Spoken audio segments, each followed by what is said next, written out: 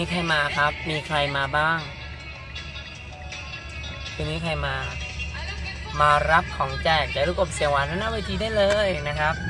วันนี้เราเตรียมสินค้านะครับที่เราเคยจำหน่ายแต่วันนี้เราแจกฟรีนะครับไปให้เป็นแฟนผู้ชมนะครับที่ลูกกบรักทุกคนเลยนะครับ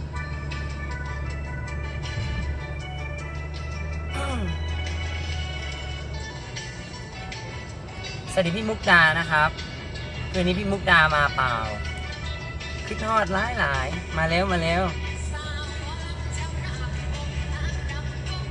โป๊ก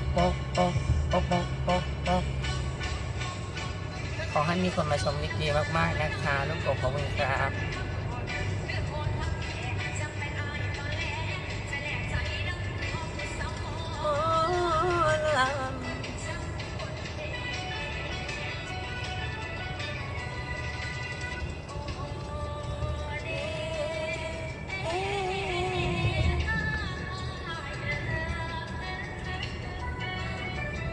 สวัสดีพี่โนนะครับอยากไปค่ะ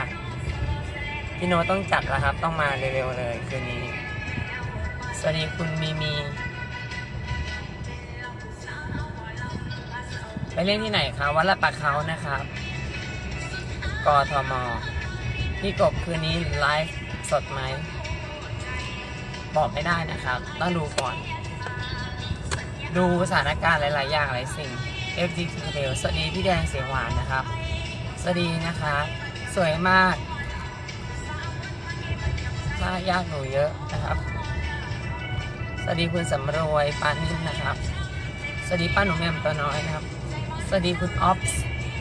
สุมารีนะครับสวัสดีน้องภูสิรินะครับไปไหนจ้าไปเล่นลิเกจ้าคุณออฟสุมารีสวัสดีคุณป้าทัศนีเสียงหวานนะครับวันนี้ใครออกไปด้านหน้าเวทีไปเต้นกับลูกหูเสียงหวานเรามีเสื้อเสียงหวานไปแจกประมาณ20ตัวนะครับด้านหน้าเวทีการแสดงแล้วLimited Editionด้วยเหลืออีกประมาณ50ตัวสุดท้ายแล้วหมดเลยนะครับไม่มีโอกาสอะไรหาซื้อได้ที่ไหนอีกแล้วนะครับเพราะลูกกบทำลายบล็อกกันทิ้งไปเรียบร้อยแล้วนะ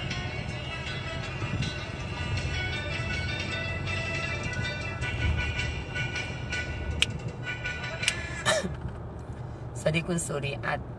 จารย์สวัสดีน้องเมย์พิวัฒน์นะครับวันนี้พบกับน้องเมย์พิวัฒน์ด้วยนะครับเป็นเกรซนะครับในการแสดงค่ำคืนวันนี้นะครับก็มาร่วมเป็นศิลปินรับเชิญนะครับ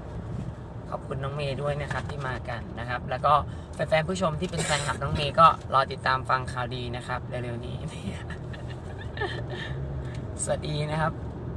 วัดลาดปลาเขาใหม่คะคืนนี้ใช่แล้วครับคุณโอมานะครับพี่กบคอที่ต่อยหายยังต่อไม่ได้ต่อยครับไม่เต้นจะได้ไหมพี่มนตรีสำหรับพี่แค่ขยับนิดนึงใส่นิดนึงก็ได้ไหมอันนิดนึงใส่เล็กๆอ่ะ เอาแค่ใส่ยักอิวเล็กๆอะไรเงี้ยก็ได้นะ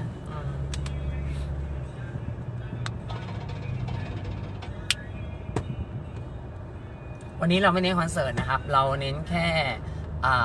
หาเงินเข้ามาเฉยๆคอนเสิร์ตใหญ่เดี๋ยวมาดูการงานลูกกบเสียงหวานวันที่29เดือนพฤศจิกายนนะครับจัดเต็มแบบว่าชุดใหญ่ไฟกระพริบหงายท้องตึงแบบว่าตีลังกา365ตลบเลยนะครับบอกเลยว่าใหญ่ที่สุดของโลกแล้วนะครับสวัสดีนะครับพี่แตนเสียงหวานนะครับพี่แตนคืนนี้มาปะกันแหมเนอ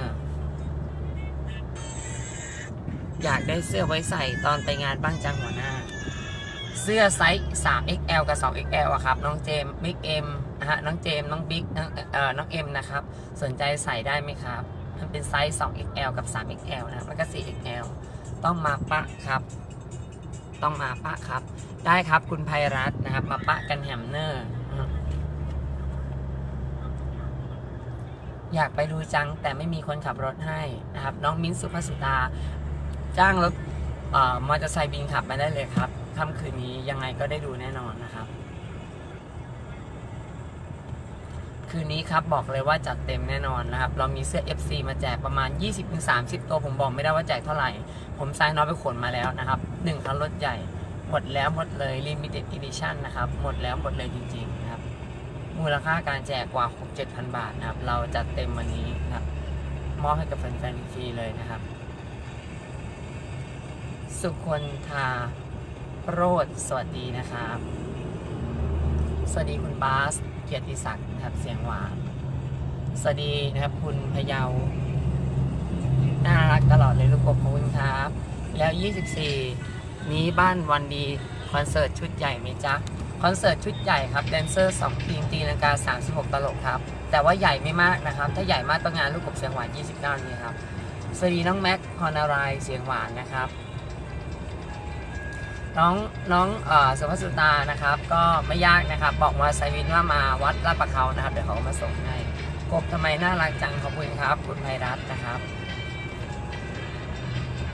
สวัสดีพี่นุ้ย FC Freelance นะครับ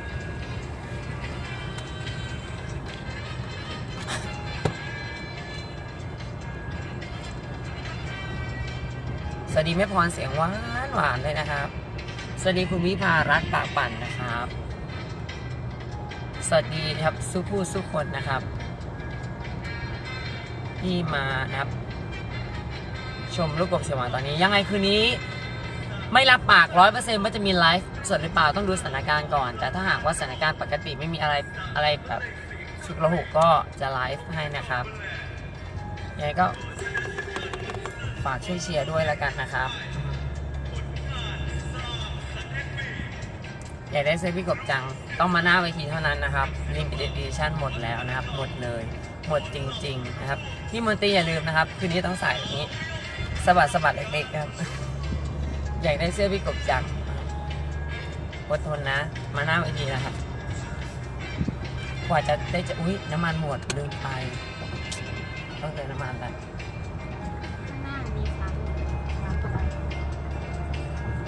มันกระพริบแล้ว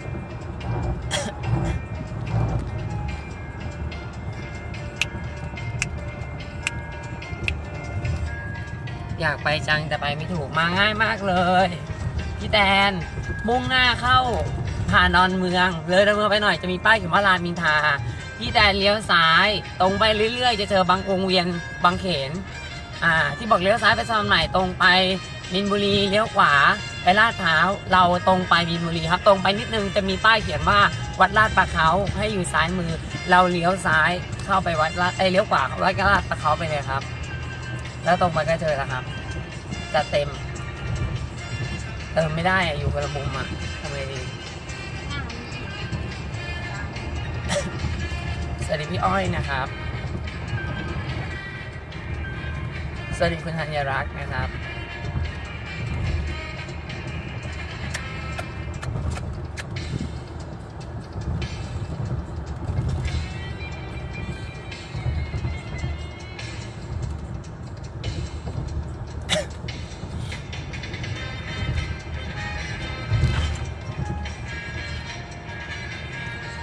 รู้นะมีคนกำลังแคปอยู่นะครับแคปไม่ได้ทุกท่านะ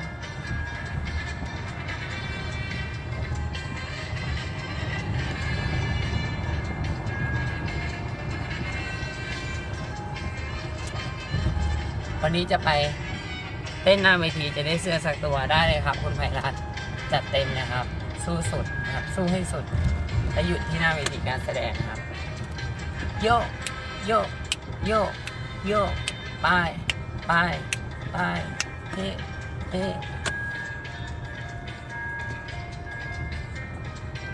มีแจก20ตัวนะครับหมดแล้วหมดเลยหมดจริงๆไม่เหลือเลยนะครับสวัสดีคุณรินนดานะครับเสียงหวานสวัสดีคุณดาวตรีประโคนเสียงหวานนะครับอ๋อเชื่ออันนี้แหละบางจากขับต่อไปบนทางคู่ขนานถนนพหลโยธินอีก2 กิโลเมตร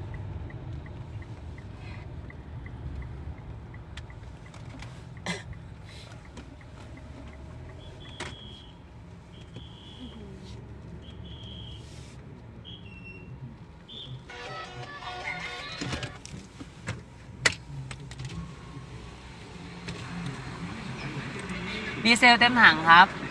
ดีเซลเต็มถังพี่เบิร์ดไปด้วยหรือเปล่าพี่กบมานะ ตอนนี้เลิกงานและอยู่สะพานใหม่กำลังแต่งตัวไปนั้นนะ ไม่ได้แคปไม่ว่า จ้า พี่หนุ้ยโอเคครับ คุณไพรัตน์นะครับ เดี๋ยวเจอกันคืนนี้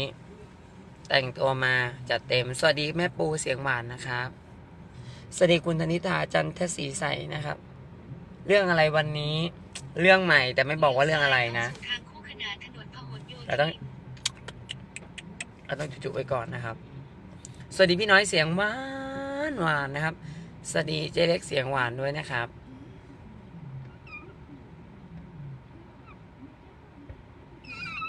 นี่ มันเป็นการบ่งบอกว่ารถเราสกปรกมาก คือเขาทนไม่ไหวเขาเลยต้องล้างให้เรานะครับทั้งที่เราล้างรถแล้วเมื่อวานที่แท้เนี่ยแต่มันก็ยังมีขี้นกเป็นคราบอะไรไม่รู้เต็มไปหมด สวัสดีคุณปียพรนะครับ สวัสดีครูตุ๋ยเสียงหวานนะครับ ก็ใครมาคืนนี้ก็จัดเต็มแน่นอนนะครับ ไม่ต้องกลัว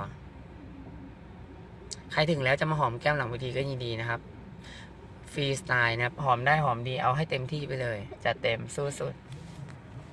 ไปละบ๊ายบายจุบุจุบุจุบจุบเติมครึ่งทางพออีกครึ่งทางเติมให้พี่หน่อย ได้จ้ะพี่น้อยไปละบ๊ายบาย